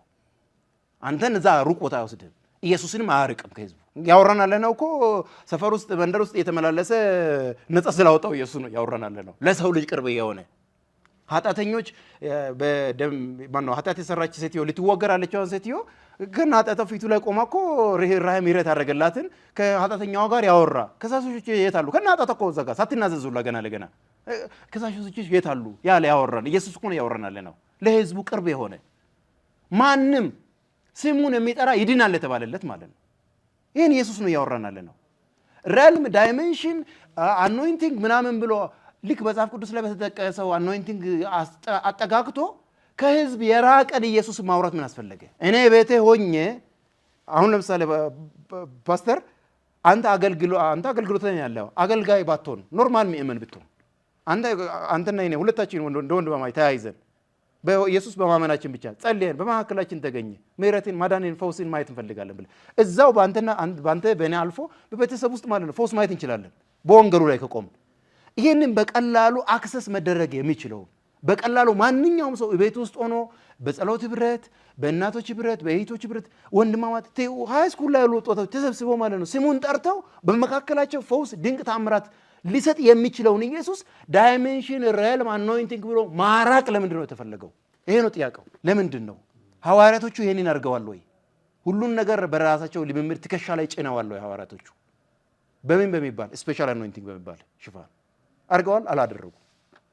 ይሄ ነው አንድ ምናልባት ኢሳይያስ ላይ እቺ ወፍራም ቅባት የምትባል ቃል መነሻዋን ጠቅሼ ባልፍ ጥሩ ነው ብዬ ነው። ኢሳይያስ እቺ ወፍራም ቅባት የምትባለው አገላለጽ ቦታው እኮ እንደዛ ብሎ አይደለም። ቦታው እንደዛ የቅባቱ ውፍረት ቦታው እንደዚህ ብሎ አይደለም እኮ ጉዳዩ። ልክ እንደነ ሰይጣን በዙሪያ ይዞራል ተብሎ መጽሐፍ ቅዱስ ላይ እንደተጠቀሰው አይነት ማለት ነው። ተጠቅሷል ተብሎ እንደምትረጎመው ኢሳይያስ 10 ትንቢተ ኢሳይያስ 10:27 ላይ እንደዚህ ይላል። በዚያ ቀን ሸክሙ ከጫንቃህ ቀንበሩም ከአንገትህ ላይ ይወርዳል ይልና ቀንበሩም ይላል ከውፍረት የተነሳ ይሰበራል፣ ከአንተ መወፈር ከአንተ ማቹር ማድረግ የተነሳ የነበሩብህ ተጽዕኖዎች ከአንተ ላይ ይነሳሉ ነው። ይሄ አውድ የሆነ ሰው ወፍራም የሚባል ቅባት አምጥቶ ከአንተ ላይ የሆነ ነገር ያነሳል አይደለም። ከአንተ መደለብ ከአንተ ማቹር ማድረግ የተነሳ እንዴት ተጽዕኖ የሆነብህ ነገር ከአንተ ላይ ይሄዳል። ስለዚህ ስለ አንተ ማቹሪቲ ነው እያወራለሁ እዚህ ጋር። ምንም ወፍራም ቅባት የሚባል ነገር የለም። ወፍራም ቅባት የሚባል ባይብል ላይ የለም። አሁን እዚህ ጋር ዘግተን ነው የሚጀምረው። ወፍራም ቅባት የሚባል ነገር ባይብል ላይ የለም። ዛሬው ልዩ ወፍራም ቅባት ሁላችሁ ላይ የሚወርድበት ምናምን በወፍራም ቅባት የምትነኩ የሚባል ነገር የለም። መጽሐፍ ቅዱስ ባይዘው አሁን ለምሳሌ እንግዲህ የጌታችን የኢየሱስ ክርስቶስን በሰማይ ቢሆን በምድር ከምድር በታች ቢሆን ጉልበት ሁሉ እንዲንበረከክለት ተብሎ በዚህ ደረጃ ነው መጽሐፍ ቅዱስ የገለጠው። ወፍራም ስም የሚል ስም ቅጥያ አልሰጠውም መጽሐፍ ቅዱስ። በሰማይ ቢሆን በምድር ከምድር በታች ጉልበት ሁሉ እንዲንበረከክለት የተሰጠ አብ ያከበረው ስም ኢየሱስ ይባላል ነው አይደል ያለው። ወፍራም ብዬ አልጨምርበትም፣ ኢየሱስ ነው በቃ አለቀ፣ በቂ ነው። ከሰማይ በታች እንዲንበት ዘንድ የተሰጠኝ አንድ ስም አለ፣ እሱም ኢየሱስ ይባላል ብሎ ሐዋርያቶች ሰበኩ አይደለ። በቃ ኢየሱስ ነው። ምንም ከፊት ለፊት ማለት ነው ሪል ዳይሜንሽን አንጨምርበትም፣ ምንም ነገር አንጨምርም። እግዚአብሔር በቃሉ በተናገረው መሰረት ነው የምንመራው። እኛ ለቃሉ እንገዛለን እንጂ ቃሉ ላይ ጨምረን ቅጥያዎችን ጨማምረን ምናምን ነገር የማድረግ ስልጣንም መብትም የለን። ምናልባት ግን ሰዎች አሁን የተለየ ቀድመ መነሻችን ላይ ያን አይነት የተለየ ስጦታ አለ ወይ ብለን አይደለ የጀመርነው። ይሄ እርግማንን የመስበር የሚባል ጥሪ አለ ወይ አይደለ ያልነው። አንዳንድ ጊዜ ልክ በሴኩላሩ ዓለም ላይ ወይም በትምህርት አንድ ሰው ስፔሻላይዝድ እንደሚያደርግ አንድን ነገር በዛ አቅጣጫ ላይ ብቻ የተጠሩ ለምሳሌ ያክል የፈውስ ጸጋ ኖሯቸው ግን ፈውሱ በአንድ የፈውስ አይነት ጋራ የመፈወስ ስጦታዎች እንደሚል አይነት አድርገው በዚህም አቅጣጫ ላይ በዚህ ብቻ እግዚአብሔር አስነስቶኛል ብለው የማሰብ ነገር እንዳለ ይታያል። ውዝግቡ ያለው ስፔሻል ለምሳሌ አንዳንድ ሰዎች የስጦታ ልዩነት አለ። አንደኛ ቆሮንቶስ ምዕራፍ 12 ላይ ጳውሎስ እንደዘረዘረው ማለት ነው። እዛ ላይም አለ። አንደኛ ቆሮንቶስ 12 ላይ ብቻ ሳይሆን ሮሜ ምዕራፍ 12 ላይም አለ። ስለ ስጦታዎች ተዘርዝሯል እዛ ላይ። አሁን ለአንዳንዱ ትንቢት መናገር፣ ፈውስ፣ መናፍስትን መለየት፣ አሁን እነዚህ በተለይ የኃይል አገልግሎት የሚባሉት ኤሪያ ጋር ልምጣ። ስፔሻል አኖይንቲንግ አለብኝ፣ ቅባት አለብኝ፣ ልዩ የሆነ ቅባት የሚሉ ሰዎች በብዛት ምን ሰርክል ላይ ያሉ ናቸው ብለህ ስታገኛቸው፣ ወይም ደግሞ እርግማን፣ ቀንበር፣ ሰበራ ምናምን እያሉ የሚሉ ሰዎች ያላቸው ነገር መጽሐፍ ቅዱስ ወፍራም ቅባት ልዩ ቅባት ሳይሆን የሚለው መናፍስትን የመለየት ስጦታ ጊፍት ኦፍ ዲዘርኒንግ ስፒሪትስ ይላል። ዛስ ኦል መጽሐፍ ቅዱስ መናፍስትን የመለየት ስጦታ ነው ያለህ በሚል ቃል ከገለጸልኝ ለምንድን ነው ቅባት ምናምን ብለህ የምታወፈፍረው? በቃ እኔ መናፍስትን የመለየት ስጦታ ነው ያለኝ፣ ቅዱሳን መናፍስትን በመለየት ስጦታ አገለግላቸዋለሁ፣ እንዲህ አይነት መንፈስ ይታየኛል ብለህ ለምን ማትገላግለው? ለምን የሆነ ቅባት ወፍራም ምናምን ብለህ ካባ ለምን ትደርብበታለህ? በነገራችን ላይ የዮሐንስ መልእክት ላይ ያለው ስለ ቅባት ስለ መንፈስ ቅዱስ ያወራበት በእናንተ ያለ ቅባት ብሎ ሐዋርያው ዮሐንስ ቅባት ብሎ የተጠቀመበት ቃል ጋር ስንሄድ ራሱ ከማስተማር አንጻር ነው። እሱም ደግሞ እያንዳንዱ ምእመኑ ውስጥ ስላለ ቅባት ነው ያወራው። ራሳቸው 12ቱ የበጉ ሐዋርያቶችም ጳውሎስም እነ ስላስም ወፍራም ቅባት እንትን ቅባት እኔ አሁን በቅባት አገለግላችኋለሁ እንደዚህ ቅባት አንድም ቦታ አላሉ። ይኸው መጽሐፍ ቅዱሳችን ላይ አላሉ። እነሱ ያላሉትን እነሱ ያልተጠቀሙትን ቋንቋ ለምንድን ነው መጨመር የፈለከው ነው አሁን ጥያቄው። ለምንድን ነው የተፈለገው? ኦኬ ጳውሎስ መጥቶ የክፉ የመናፍስት አሰራር ምናልባት ሌላ ጊዜ ላይ ይሄ ስለ የመናፍስት መለየት የስጦታ አይነቶች ዙሪያ ሌላ ኤፒሶድ ላይ እንሰራለን። ምናልባት ግልጽ እንዲሆንላቸው ማለት ነው። ሌላ ዝርዝር ነው እሱ። ግን መናፍስት መለየት ስጦታ ነው ያለህ። ኦኬ አንደኛውስ በልዩ ልዩ አይነት ልሳን መናገርና ልሳን መተርጎም ስጦታ ነው ያለህ። አንዱስ እውቀትን የመግለጽ ስጦታ ነው ያለህ። ጥበብን የመናገር እውቀትን የመናገር ስጦታ ነው ያለህ። አንደኛ ቆሮንቶስ 14 ላይ በመገለጥ ይላል፣ አንዳንዱን በትምህርት ይላል፣ አንዳንዱን አሉ እንደዛ። ለአንዳንዱ ደግሞ ዝማሬ አለው ይላል። ዝማሬ ነው ያለ። አሁን ለምሳሌ ዘማሪ እግዚአብሔር ባርካቸው፣ በተለይ እኛ ሀገር ላይ ያሉ ዘማሪዎች በእርግጥ የዝማሬ የልዩ አኖይንቲንግ ዳይሜንሽን ብለው አያውቁም። የዝማሬ ስጦታ አለኝ ነው የሚሉት። በቃ ለምንድን ነው እንደነሱ ሀምብል ማንሆነው? ለምንድን ነው እንደነሱ ሀምብል ሆነን መጽሐፍ ቅዱስ በሚጠራው ስም ስጦታችንን ጠርተን ማገልገል ለምን ከበደን ነው? እሱ ከከበደ ማርኬት አለ ማለት ነው። አንድ ነገር ማርኬት ማድረግ መነገድ በአንድ ነገር ስትፈልግ ያለውን ቃል ታሰፈዋለህ፣ ትለጥጠዋለህ። ወይም ደግሞ ተተኪ ቃል ታመጣና ህዝቡ ላይ ችግሩን እላይ ታገነዋለህ፣ በጣም ታወሳስብበታለህ። ከዛ በዛ ውስጥ ምንድን ነው ለህዝቡ እየሳልክ ያለኸው?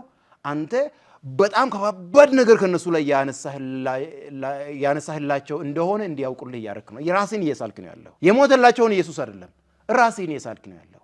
እኔ ላይ አንድ አገልጋይ መጥቶ ኢየሱስን ከሆነ የሚስልብኝ እዚህ ጋር አጋንንትን ያወጣበትን ስም እኔ ጋም ያለው ስም እሱ አይነት ስም መሆኑ እኔ እንዳውቅ አድርጎኝ እቤት ሄጄ ሲገጥመኝ ጎረቤቴ ላይ ሊሆን ይችላል፣ ስራ ቦታ ላይ ሊሆን ይችላል፣ ዘመድ ላይ ሊሆን ይችላል፣ ወይ ሌላ ሀገር ላይ ሌላ ቦታ ሄጄም ከሆነ መንገድ ላይ ሊሆን ይችላል። የገጠመኝ ቦታ ላይ በሱ ስም እኔም አጋንንት እንዳወጣ በሱ ስም ሰዎችን ወደ ንስሐ መጥራት እንድችል ሲያደርገኝ ኢየሱስን ያስተማረኝ ነው ማለት ነው ያ ሰው።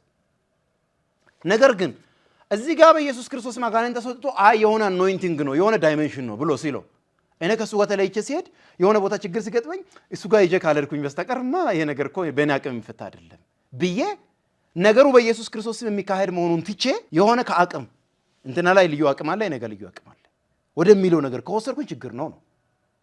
አሁን ስፔሻል ግፍት የተባለው መናፍስት መለየት ከተባለ በአካሉ ውስጥ በአንዳንድ በጣም በሆነ አይነት የመናፍስት የመለየት ስጦታ በደንብ ዳይሴክት ተደርጎ በስጦታ እሱም እግዚአብሔር በሰጠው ስጦታ ዳይሴክት ተደርጎ አድረስ የሚደረጉ ነገሮች አሉ። በጀነራል አዘይ አቅጣጫውን ማትለያቸው ምናልባት ልብ ውስጥ መናፍስት መለየት ስንል እንግዲህ የሰውየው አስተሳሰብ መንፈስም እስከ መለየት ነው የምንሄደው።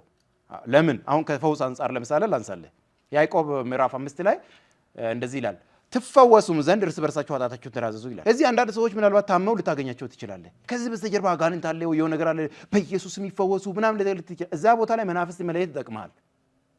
ሰዎቹ የተያዙበት የቅመኝነት እንትን አለ ማለት ነው። ቅመኝነት ስፒሪት አለ ልባቸው ላይ፣ ሐዘን አለ፣ ቅም አለ፣ ይቅር አለ ማለት አለ። ከዚህ ምንድን ነው የምታደርገው? በቃ ፍታው የሆነ ወንድምህን ይቅር ተባባል።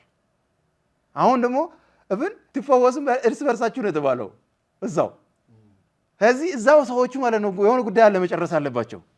በርቅ ማለት ያለበት ጉዳይ አለ። ያ ነገር ነው ህመም አመጣባቸው እርስ በርሶች ሰዎች። ስለዚህ እዛ ቦታ ላይ ይህንን ዲፕ ኬዝ መለየት ይጠይቃል። እንደዚህ አይነት ቦታ ላይ መናፍስት መለየት ስጦታዎች ያስፈልጋሉ። ሌላም አይነት አሰራሮች ዙሪያ ስጦታዎች ያስፈልጋሉ። ግን ስጦታዎቹ በኢየሱስ ክርስቶስ ስም ስጦታዎቹ ዞሮ ዞሮ በማን ስም ነው ስራ የተሰራ ያለው? በኢየሱስ ክርስቶስ ስም ነው። እሱ ነው ማሰሪያው መሆን አለበት። ስለዚህ ህዝቡን ደግሞ ማደፋፈር የሚያስፈልገው ነገር ምንድነው? የኔ አይነት ስጦታ በሌለበት ቦታ እናንተ ሰርቫይቭ አታደርጉ የሚባል ነገር መኖር የለበትም። እንደዚህ አይነት ስጦታ ካልኖረ በስተቀር ህይወት የለም የሚባል ነገር መኖር የለበትም።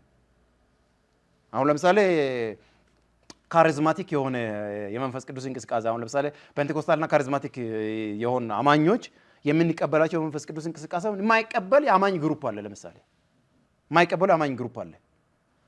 አምነው አልዳኑ ወይ ድነዋል። ወንጌል እየሰሩ ነው።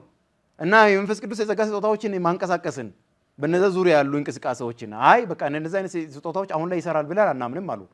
ታዲያ እነሱ ሰዎች አልዳኑም ልትል ነው? በእነዚህ ሰዎችስ በስሙ ኃይል ብቻ በእነሱ መካከል ታምራት አይሆንም? ይሆናል እኮ እነዚህ ሰዎች ታምራት አሁን እግዚአብሔር ታምራት አይሰራም እኮ እያሉ አይደለም፣ ይሰራል።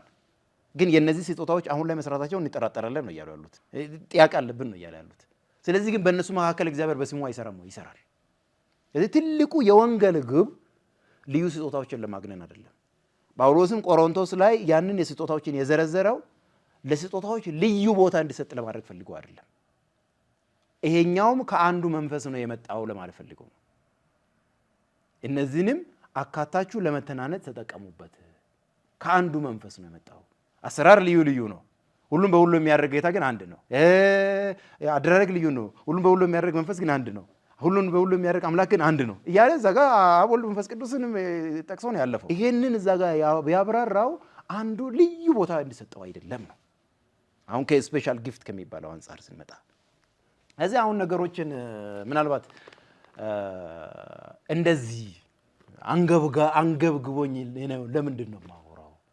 ምናልባት በየቦታው ሌሎችም ወንድሞች ይኖራሉ እንደዚህ ከእግዚአብሔር ቃል አንፃር ነገሮችን አንገብግቧቸው የሚያወሩት ለምንድን ነው? መጽሐፍ ቅዱስ ላይ ያሉ ጌታችን ኢየሱስ ክርስቶስ ያዘዘን ሲምፕል ትእዛዛቶችን ቀለል ያሉ ትእዛዛቶችን እሱ በያዘዘን ትእዛዝ ቋንቋ መርህ መሰረት በቀላሉ ህዝቡን ከማገልገል ወጥተን ሌላ አቻ ቃላቶች ወይ ደግሞ ከዛ ውጪ የሆኑ ቃላቶችን እየተካን ስንሄድ የሆነ ዓመት ላይ ሌላ ነገር ይፈጠራል።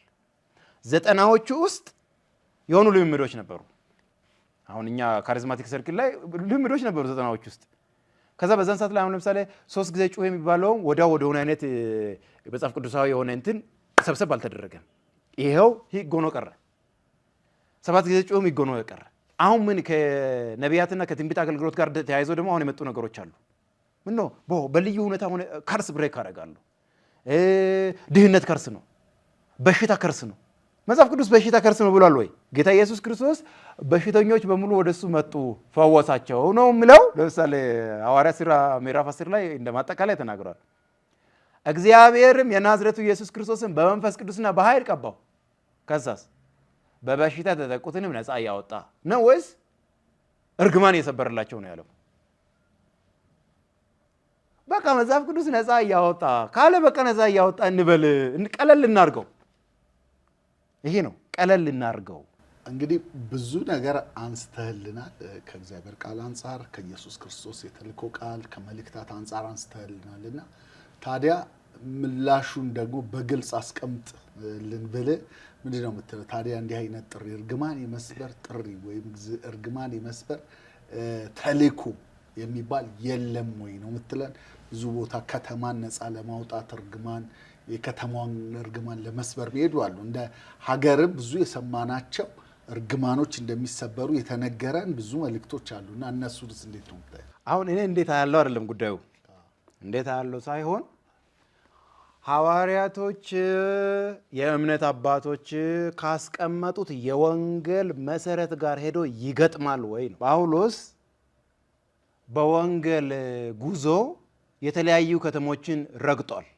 የኤዥያ ብዙ ከተሞች ውስጥ ረግጧል። አሁን ለምሳሌ ከባድ የጥንቆላ ከተማ ባዕድ አምልኮ ያለባት ኤፌሶን ከተማ ገብቷል። እርግማን የመስበር ተልእኮ ተሰጥቶት ነው ወይ ሄደው? ለሁላችንም በኢየሱስ ክርስቶስ አምኖ ለዳነ ሰው ለሁሉም ሰው ስጦታው ልዩ ልዩ ይሁን አሰራር ልዩ ልዩ ምናምን የሚባል ነገር በሙሉ ተጠቅልሎ አንድ ተልእኮ ነው ያለው።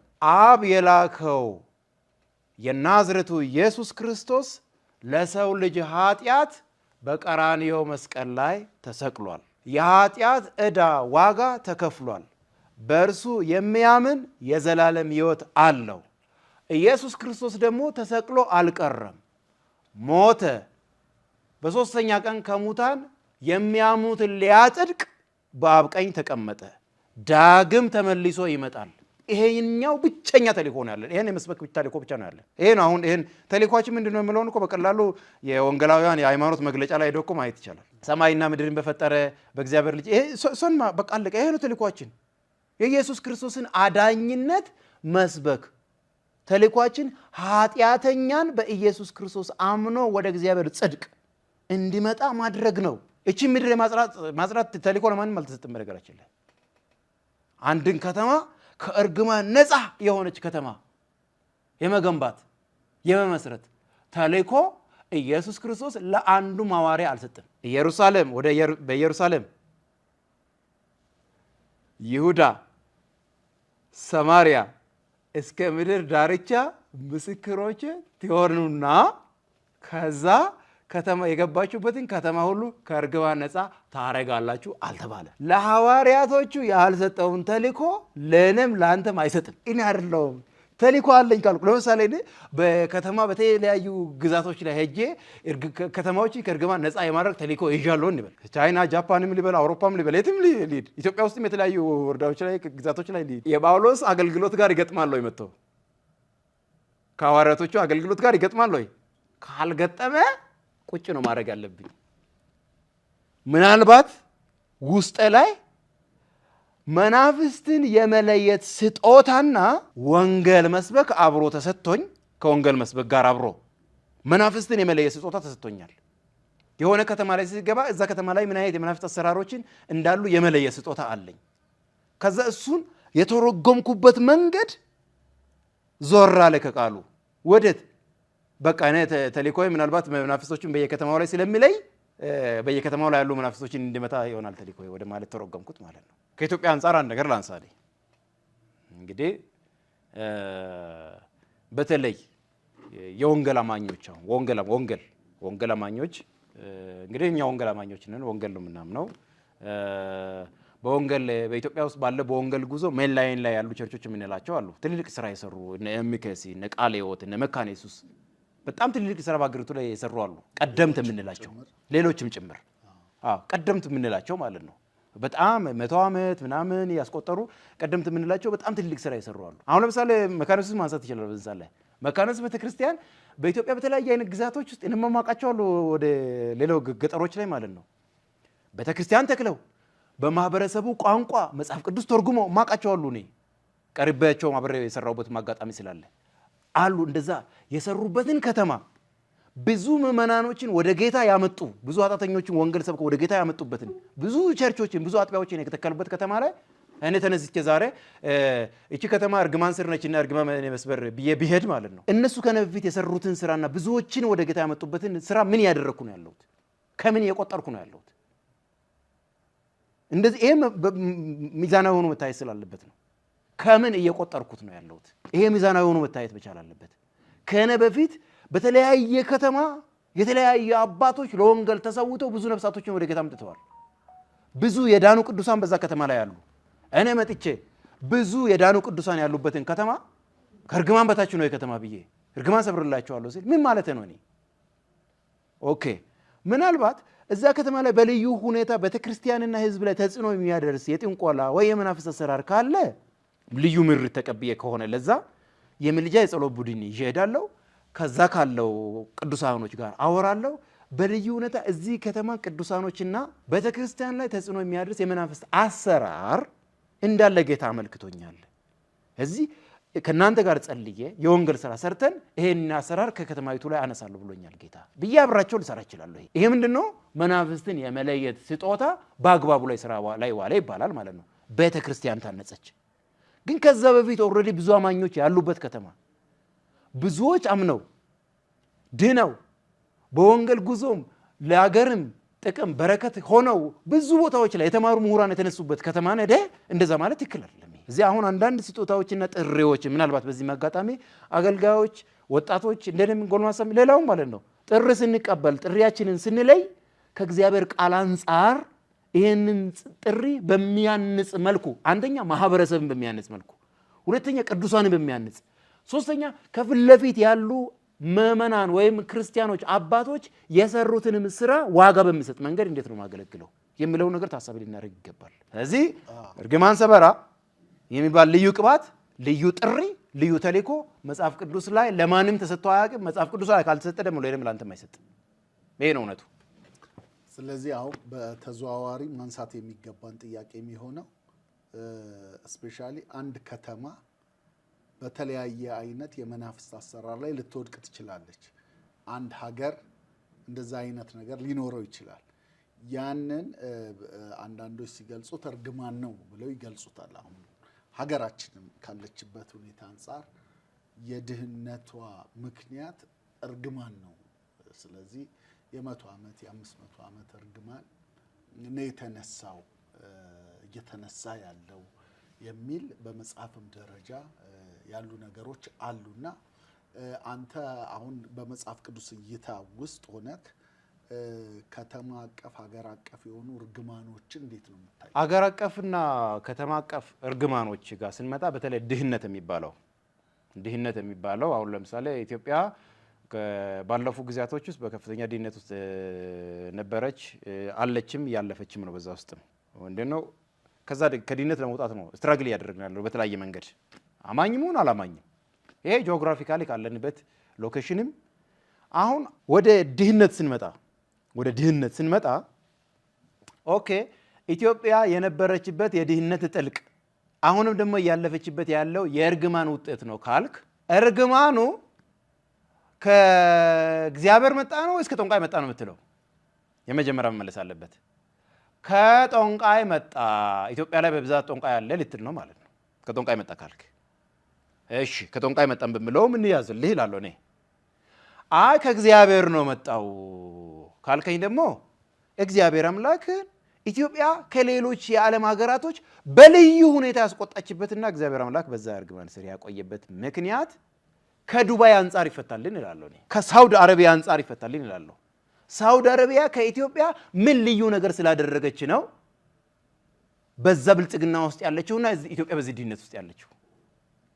የኢትዮጵያ በዚህ ድህነት ውስጥ መሆን የእርግማን ውጤት ከእግዚአብሔር የመጣ ነው ካልክ ኢትዮጵያን ለምንድን ነው በዚህ ውስጥ እግዚአብሔር አምላክ ተዋትና ምን ጽድቅ ስላደረገች ነው ሳውዲ አረቢያ ፌቨር የተደረገችው? ይሄ ሊመለስ ይገባል። ስለዚህ እንደዚህ ካልን ምንም ልዩ ጽድቅ የለም ማለት ነው። ከጠንቋይ ነው መጣው ከባዕድ አምልኮ ነው የመጣው ካልን ደግሞ ወዴት እንመጣለን?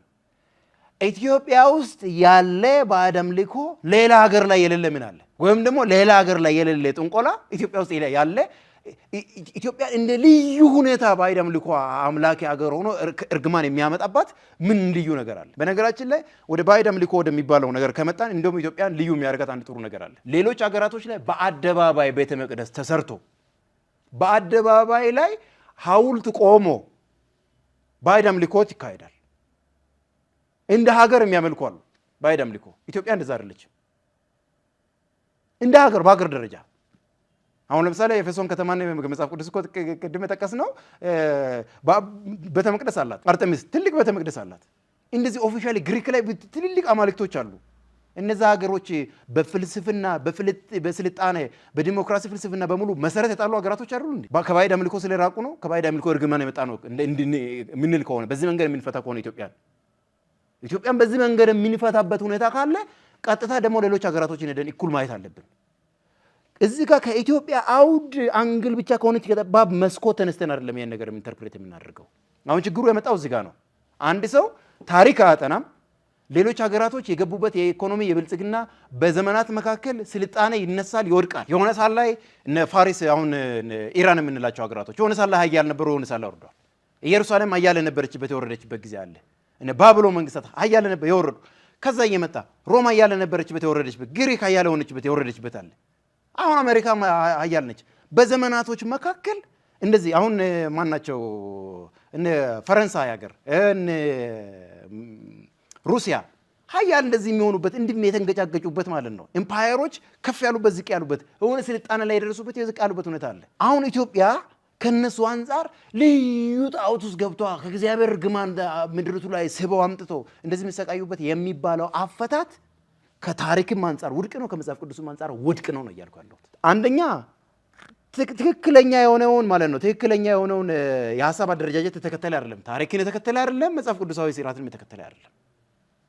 እሺ አሁን ለምሳሌ መጽሐፍ ቅዱስ ላይ አንድ ህዝብ እናንሳ። እንግዲህ ይሄ መጽሐፍ ቅዱስ ከነሱ የመጣልን እስራኤላውያን አሉ። እግዚአብሔር ላምፀው ጌታ ኢየሱስ ክርስቶስንም ሪጀክት አድርገው በሱ መሰቀል ውስጥም አስተዋጽኦ አድርገው ተንብየዋል። ጌታ ኢየሱስ ክርስቶስ ከዛ ወይ ኔሮ ምናምን በከራ ያደረሰበትን ዘመን ማለት ነው። በዛ መከራ ውስጥ አልፎ ይሄው አሁንም ስልጣኔ ውስጥ ናቸው ያሉት እነዚህ ህዝብ። ከእግዚአብሔር የመጣ አይነት የሆነ ነገር ነው ካልን ማለት ነው ለሆነ ሲዝን ይመጣል ይላል። ከዛ ምህረት ይደረግልሃል። ምንድነው ታዲያ ኢትዮጵያ አሁን እስካሁን ድረስ ያለፈች አለችው? ቆም ብለን ማሰብ ያለብን የሥራ ባህላችን ምንድነው የሚመስለው? የሥራ ባህላችን ምን ይመስላል? የቁጠባ ባህላችን ምን ይመስላል? ለአዳዲስ ኢንፎርሜሽን እና ለአዳዲስ የስልጣኔ ሐሳብ ያለን ዝግጁነት ያለን መፍጨርጨር ምንድነው የሚመስለው? እንደገና ደግሞ የፖለቲካ ስርዓቶች በተቀየሩ ቁጥር ምን አይነት አሻራ ነው ህዝቡ መካከል እየጣሉ እያለፉ ያሉት የሚለው ነገሮችን ፈትሽን እነሱን ማደስና የተሻለ አሻጋሪ ሐሳብ ላይ ወደ መቆም መምጣት ያለብን። ይሄ ነው መፍትሄ የሚያመጣው። አለቀ። ሁሉን ነገሮችን ወስደን ከእርግማንና አሁን ችግሩ የመጣው ምንድነው? ክርስትናችን ጋር ስንመጣ ኃላፊነት በሰውኛ ደረጃ ኃላፊነት ወስደን በታሪክ ደረጃ ኃላፊነት ልንወስድባቸው በሚገባ ጉዳዮች ላይ ጉዳዮችን በእግዚአብሔርና በአጋንንት ላይ እናላክካለን። ለዛ ነው ቶሎ ማንወጣው። ኢትዮጵያ በጦርነትና እልቂት ውስጥ ያለፈች ያለችው በእግዚአብሔር ቁጣ ምክንያት ነው። ከ2010 ጀምሮ በመስቀል አደባባይ ላይ የንስሐ ጸሎት የተጸለየ ነው። አሁን ስንተኛ ዓመት ነው? 8ኛ ዓመት። 8 ዓመት ሙሉ በመስቀል አደባባይ ህብረት የተሰበሰበ ቅዱሳን ሁሉ የተሰበሰቡ ኢትዮጵያ ላይ የጦርነትና ደም መፋሰስ እየሆነ ያለው ከእግዚአብሔር ቁጣ የተነሳ ነው። የእግዚአብሔር ምህረት ይወረደ። 8 ዓመት ሙሉ የማይሰማ እግዚአብሔር የትኛው እግዚአብሔር ነው? የመጽሐፍ ቅዱስ ላይ ያለው እግዚአብሔር ከእግዚአብሔር ከሆነ 8 ዓመት ሙሉ ለምንድን ነው አልሰማም ያለው? እስካሁን ለምን ደም ይፈሳል በየቦታው? በተለያየ አይነት ቦታ ለምንድን ነው ደም የሚፈሰው? እስካሁን ለምንድን ነው እናቶች እያነቡ ያሉት? እህት ያለ ወንድም፣ ልጅ ያለ አባት በተለያየ አይነት ምክንያት እየሞተ በተለያየ አይነት ደም እየፈሰሰ ያለበት ምክንያት ምንድን ነው? እንዴት ይህንን ሁሉ ዓመት እግዚአብሔር አምላክ ማለት ነው አይሰማም? ሌላው ቢቀር ከቁጣ ጋር ከተያዘ መጽሐፍ ቅዱስ ላይ ካነሳን ሎጥን ማንሳት እንችላለን። ሶዶምና ጎሞራን እግዚአብሔር አምላክ በእሳት ሊያጠፋ ሲፈልግ አብርሃም ከእግዚአብሔር ፊት ቆሞ የሞገተው ሙግት አለ። 10 ጻድቅ ብታገኝ እቺን ከተማ አትምራትም ወይ አለ። 10 እምራታለሁ አለ እያለ 30 10 እያለ መጣ። አሁን ኢትዮጵያ እግዚአብሔር አምላክ እንደው ቁጣና የሆነ እርግማን ውስጥ ያለፉ ግዛቶችን ብትኖር ማለት ነው እግዚአብሔር ምህረት ሊያደርግ 10 ጻድቃን አጣ ማለት ነው ኢትዮጵያ ላይ ከቁጣ ምህረት ሊያደርግና ሊመለስ ሙሉ ከተማይቱ ሶዶም የሆነችበትን ሀገር እኮ 10 ጻድቃን ባገኝ ምራለሁ ብሏል እግዚአብሔር አምላክ። ከእርግማን ምራታለሁ ብሏል እኮ ከቁጣ ምራታለሁ ብሏል። አሁን ኢትዮጵያ ምንድነው በዛ ደረጃ በዛ ከዛ አልፋ ሄዳለች ወይ? እንደዚህ ጻድቃን ነው? ይሄ መጽሐፍ ቅዱሳዊ አፈታት አይደለም። አንድ ሀገር ድህነት ውስጥ ከተገኘች ቀደምት የነበራት የሊደርሺፕ ስርዓት ላይ ተሐድሶ ያስፈልጋል። የማህበረሰቡ የሥራ ባህልና አዳዲስ ፈጠራዎች ለአዳዲስ ሐሳቦች ያለው ቅቡልነት አቅም ባህል እሱ እንዲለማ እንዲያድግ ትልቅ ስራ መሰራት አለበት። የትምህርት ፖሊሲው መፈተሽ አለበት። ምርታማና ወዲያው ሰራተኛ ወዲያው ስራ ፈጣሪ ትውልዱን የሚያደርግ የትምህርት ስርዓት ነበር ወይ ለረጅም ዓመታት ሀገሪቱ ላይ ነበረው? የምን ሆኖ ቼክ መደረግ ያለበት የተማረው ኃይል ስራ ወደ መፍጠርና ብዙ ሰራተኛ ወደ መቅጠር የሚያሳድግ የትምህርት ስርዓት ነው ወይ የነበረው? ወይስ እንደተመረቀ ሄዶ እንዲቀጠር የሚያደርግ የትምህርት ስርዓት ነበር የነበረው የሚለው ነው ተገምግሞ እሱ ላይ ማሻሻያ መደረግ ያለበት እንጂ በአጋንንትን በእግዚአብሔር ላይ የምናላከከው በእርግማን የምናላከከው አይደለም ፈጽሞ። የዘር ማንዘር እርግማን፣ የቤተሰብ እርግማን የሚባል በተለይ ተደጋጋሚ ውድቀቶች፣ ተደጋጋሚ የሆኑ ጭንገፋዎች፣ ተደጋጋሚ የሆነ ነገር አንድ ፋሚሊ ላይ ሲነሳ የኋላ ቤተሰብን አጥና የማለት 4ኛ 5ኛ ትውልድን የማጥናት ነገር ይታያልና ከዚህ አንጻር አማኙ ምን አይነት ግንዛቤ እንደ መጽሐፍ ቅዱስ ሊኖረው ይገባል? ከበሽታ ጋር ሊሆን ይችላል። ለምሳሌ ያክል ስኳር ህመም ሊሆን ይችላል፣ ደም ግፊት ሊሆን ይችላል። የተለያየ አይነት በሽታዎችን ይነሳና እንደዛ አይነት ከበሽታ ጋር የተያያዘ አለ። ከጭንገፋ ጋር በተያያዘ ከመካንነት፣ ከትዳር አለመሳካት ጋር፣ ከስራ አለመሳካት ጋር በሙሉ ይሄ ሁሉ የእርግማን ውጤት ነው ይባልና ያው ያንን እርግማን ደግሞ ከየት ነው የጀመረው? እሱን ስሩን አግኝተ መቁረጥ አለበት ተብሎ ሰው ይቆፍራል። በቆፈር ውስጥ ነው እና ያለው በዚህ ጉዳይ ላይ ብዙ ሰዎች ጥያቄ ውስጥ ናቸው። ለምን ከቤተሰባቸው ላይ ሰው ሲሞት ይጠይቃሉ፣ ተከታታይ የሆነ በሽታ ሲያጠቃ ይጠይቃልና በዚህ ጉዳይ ላይ እንደ እግዚአብሔር ሐሳብ ምትለን ነገር ጥሩም ወሳኝም ጥያቄ ነው። ዞሮ አገልግሎቶች ለእግዚአብሔር ክብርና ለህዝቡ በረከት ወይም ደግሞ ህዝቡን ለማነጽ ነው አገልግሎት። እዚህ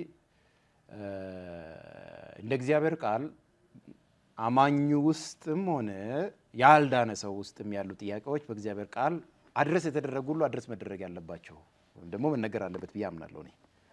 አሁን እዚህኛው ጋር ስንመጣ ይሄ የዘር ማንዘር እርግማን አለ ወይም ደግሞ ቴስቲሞኒ አለ። አሁን ለምሳሌ የዘር ማንዘር እርግማን ነበረበት ተብሎ ተጸልዮልኝ እኮ ከዛ በኋላ የሆኑ ነገሮች ተስተካከለ።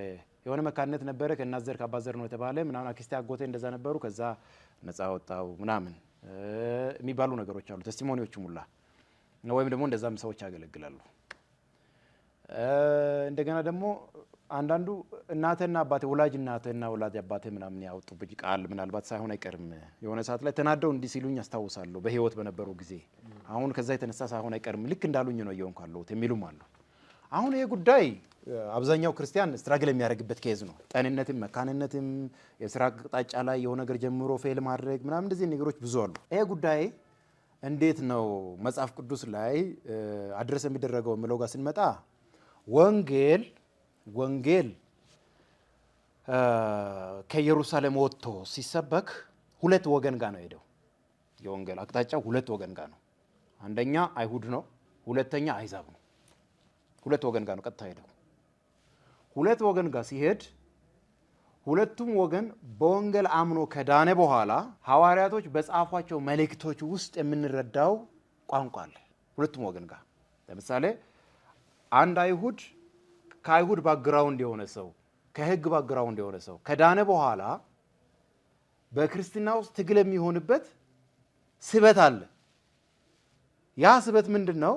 ትላንትና የነበረበት የአይሁድ ሃይማኖት ባክግራውንድ ማይንድ ሰት አስተሳሰብ የቆየበት አስተሳሰብ እዚህ ጋር ካለው አዲሱን ሰው ለብሶ ክርስቶስን ለብሶ ወደፊት የመሄዱ ጉዳይ ላይ ትግል ሲፈጥርበትና ህይወትን ከዛ አንጻር ሲተረጉም እናያለን። ከዛ እሱን ነገሮችን ለማስተካከል ነው በብዛት ጳውሎስ እያረመ ይጽፍ ነበረው። ሮሜ ላይም ሲታይ፣ ኤፌሶን ላይም ሲታይ፣ ተሰሎንቄ ቆላሲያስ ላይም ሲታይ፣ ገላትያ ላይ ሲታይ እነሱን ነገሮችን ከማስተካከል አንጻር ነው ምጽፈው። አሁን ስበት ነው እያወራን ያለ ነው። አሁን ጉዳዩ ምንድን ነው? ልክ ይሄ የአይሁድ ባክግራውንድ እንደዚህ ሲሆን ስበቱ ወደ ህግ። ስለዚህ ምናልባት የህግ ስርዓቶች ውስጥ ትላንትና ያጎደልኩት ነገር የህግ እርግማን እያመጣብኝ ይሆን እንዴ እያለ ስታገል ከዛ ኋላ ኢየሱስንም ህግንም አንድ ላይ ለመፈጸም አሁን ለምሳሌ እንደ ገላትያ ሰዎች ማለት ነው። አይ እሷ ነገር ባላንስ ካላደረኩም እቺ የኢየሱስ ክርስቶስ አዳኝነት ብቻ በቂ አይደለችም እንዴ ከህግ እርግማን እኮ ተዋጅተሃል ምን አሁን መልሶ እንደሚይዝ እንትን ትላለህ እየተባለ ማለት ነው። ስለዚህ አሁን ስበት ነው እያወራን ያለ ነው።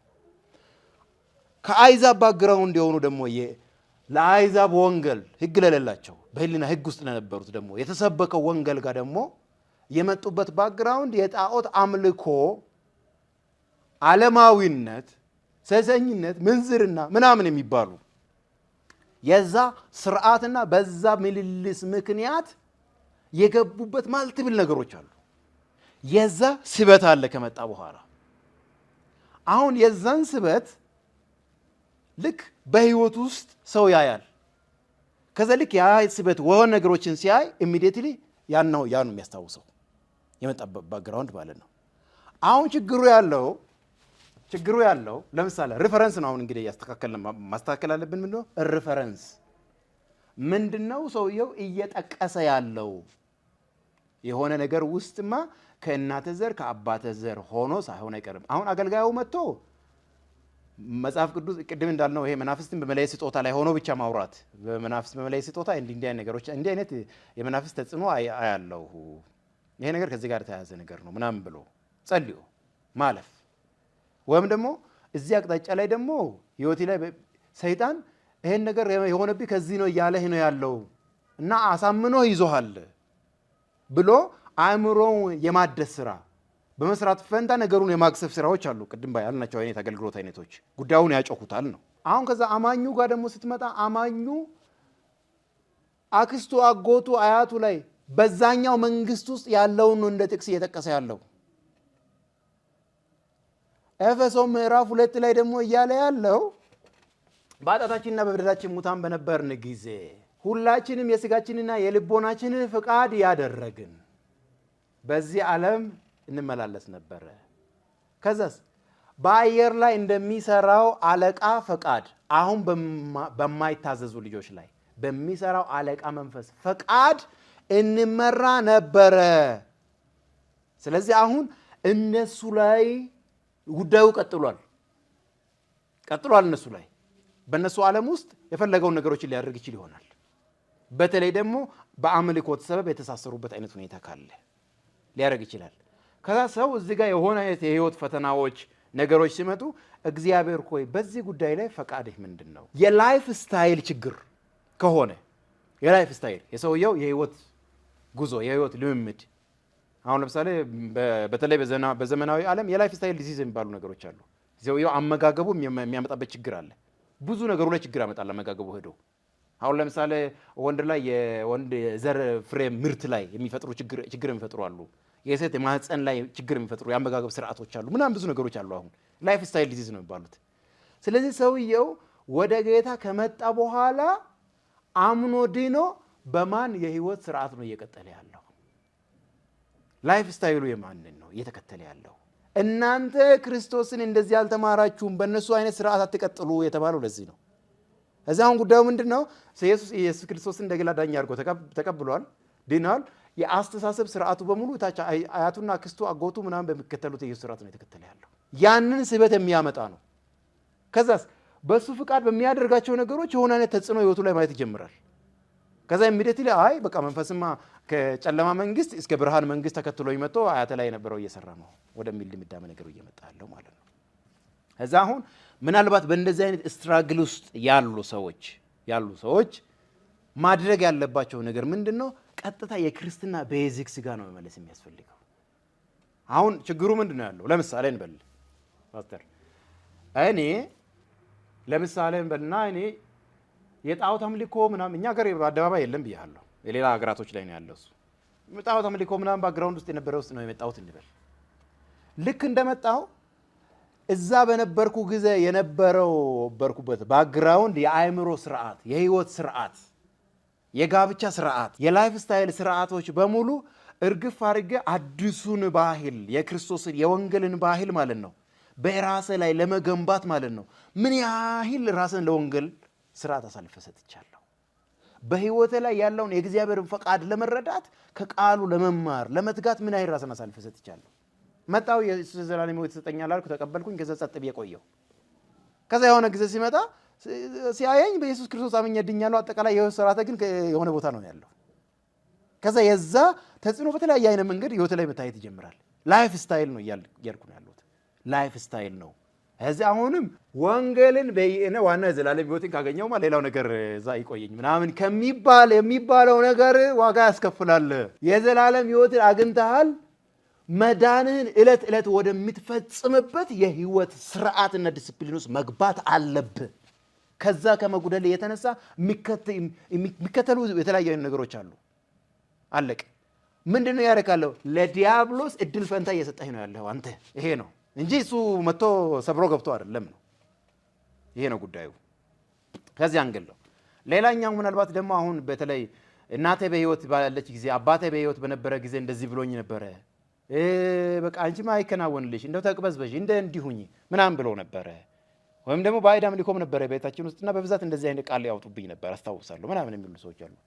እዚህ ጋር አንድ በስፔሻል ሁኔታ ትሪት ማድረግ እንፈልገው አንድ ግሩፕ አለ።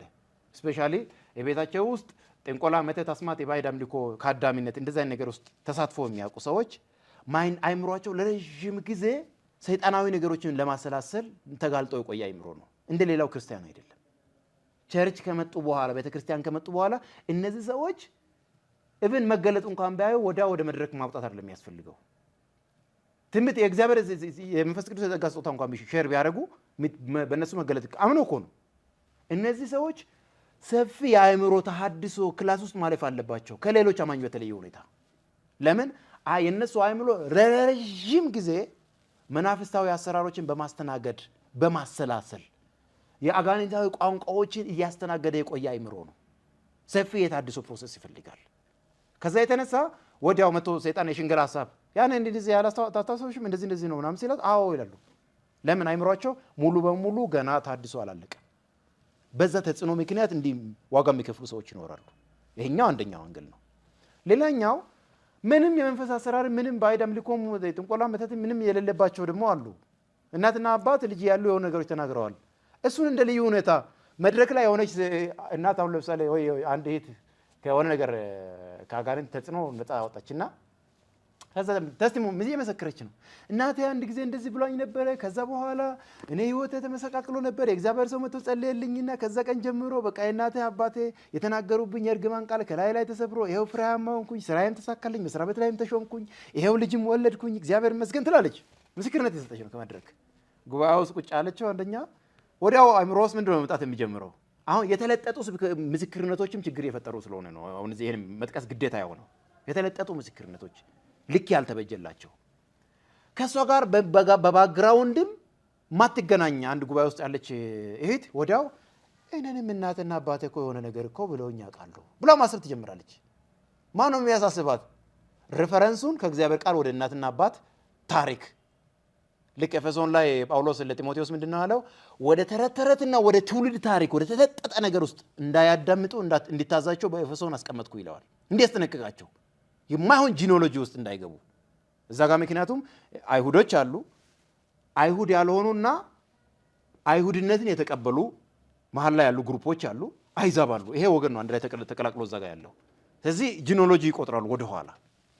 ስለዚህ ያንን እንድታዛቸው ነገርን በልክ እንዲሆን አተረጋገም ስነ አፈታት በልክ እንዲሆን እንድታዛቸው እዛ አስቀመጥኩ ይላል።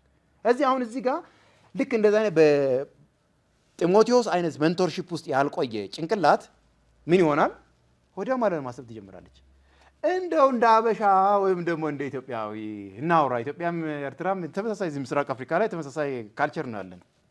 አንተ አፈር ብላና አፈር ደቼ ብላ እንደው አንተን አድርገኝ እንደው አንተ ምን የሆነ አንተ የሆነ ነገርማ እንደው ድፍት አድርገው ይውሰድ አንተ ከሰው በታች ያድርግህ እንደው ዛሬ ስትናደድ እንደዛ ብሎ ያለችው በተለይ በድሮ ማለት ነው። አሁን እናቶችን አላውቅም በእርግጥ አሁን በድሮ እንደዛ ያልተባለ ማን አለ እንደዛ ያልተባለ?